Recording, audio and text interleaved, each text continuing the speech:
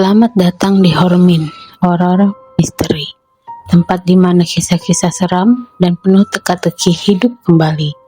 Bersiaplah untuk merasakan ketegangan, misteri, dan kegelapan yang tersembunyi di balik setiap cerita. Jangan lupa siapkan nyali, karena di sini rasa takut adalah teman setia. Hormin, mengungkap misteri yang tak pernah berani kau tanyakan. Langkah di koridor. Hari pertama Adi masuk ke kampus barunya terasa seperti mimpi yang menjadi kenyataan. Ia selalu ingin melanjutkan kuliah di universitas ini, salah satu yang terbaik di kota. Gedung-gedungnya tampak kokoh. Siang itu, matahari bersinar terik.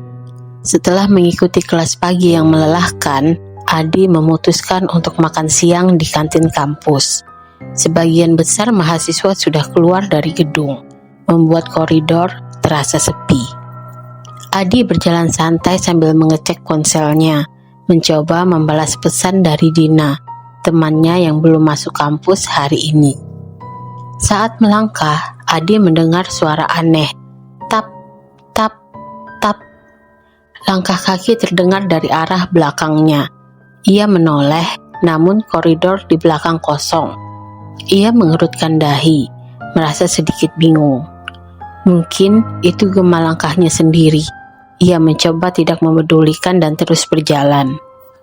Namun, langkah itu kembali terdengar.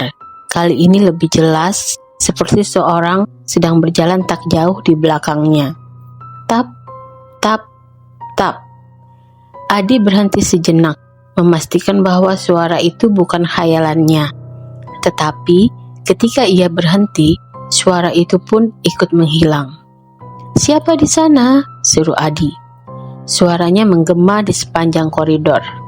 Tak ada jawaban, hanya kesunyian yang kembali merambati lorong. Ia merasa bulu kuduknya berdiri, tapi memutuskan untuk terus berjalan.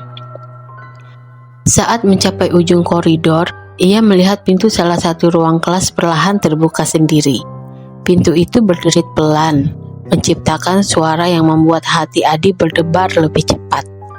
Ia tahu ruang itu seharusnya kosong, karena dosennya tadi menyebutkan bahwa kelas tersebut sudah tidak digunakan lagi. Mungkin angin, gumamnya mencoba menenangkan diri. Tapi di dalam hatinya, ia tahu pintu itu terlalu berat untuk terbuka hanya karena angin. Penasaran, Adi mendekat ke pintu. Ia melongokkan kepala ke dalam ruangan yang ternyata lebih gelap daripada koridor. Cahaya dari luar hanya masuk melalui jendela kecil di dinding, menciptakan bayangan panjang yang terasa ganjil. Di tengah-tengah ruangan, Adi melihat sosok perempuan.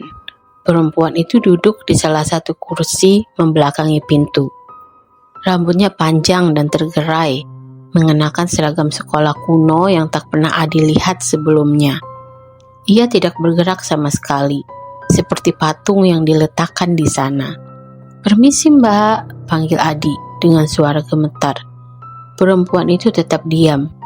Adi mencoba mendekat beberapa langkah, tapi tiba-tiba hawa dingin menyeruak ke sekelilingnya. Padahal ini siang hari dan matahari masih bersinar terang di luar.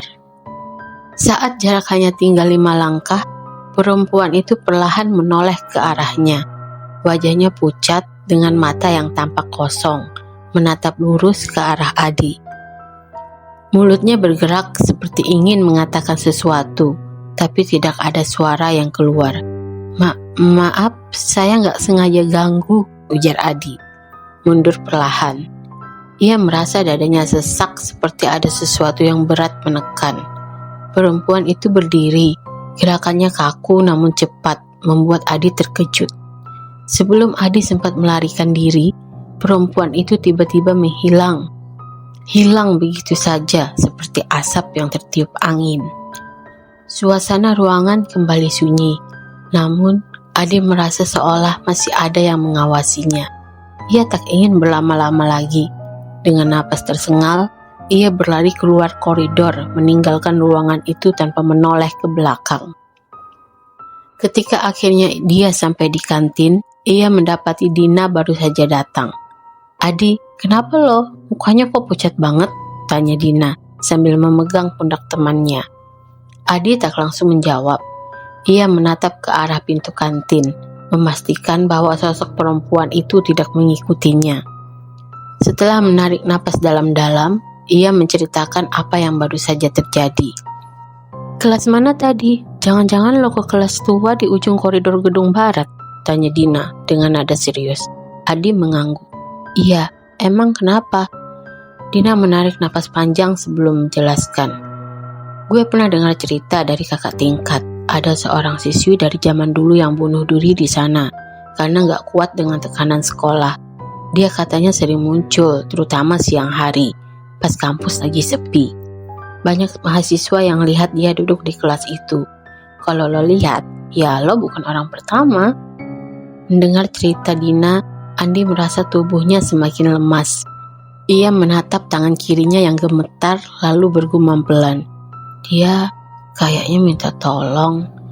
Dina menatap Andi dengan pandangan serius. "Lo yakin dia cuma ngeliatin? Mungkin dia memang mau sesuatu dari lo." Di saat itu, suara langkah terdengar dari arah pintu kantin. Keduanya refleks menoleh, tapi yang mereka lihat hanyalah pintu yang perlahan tertutup sendiri.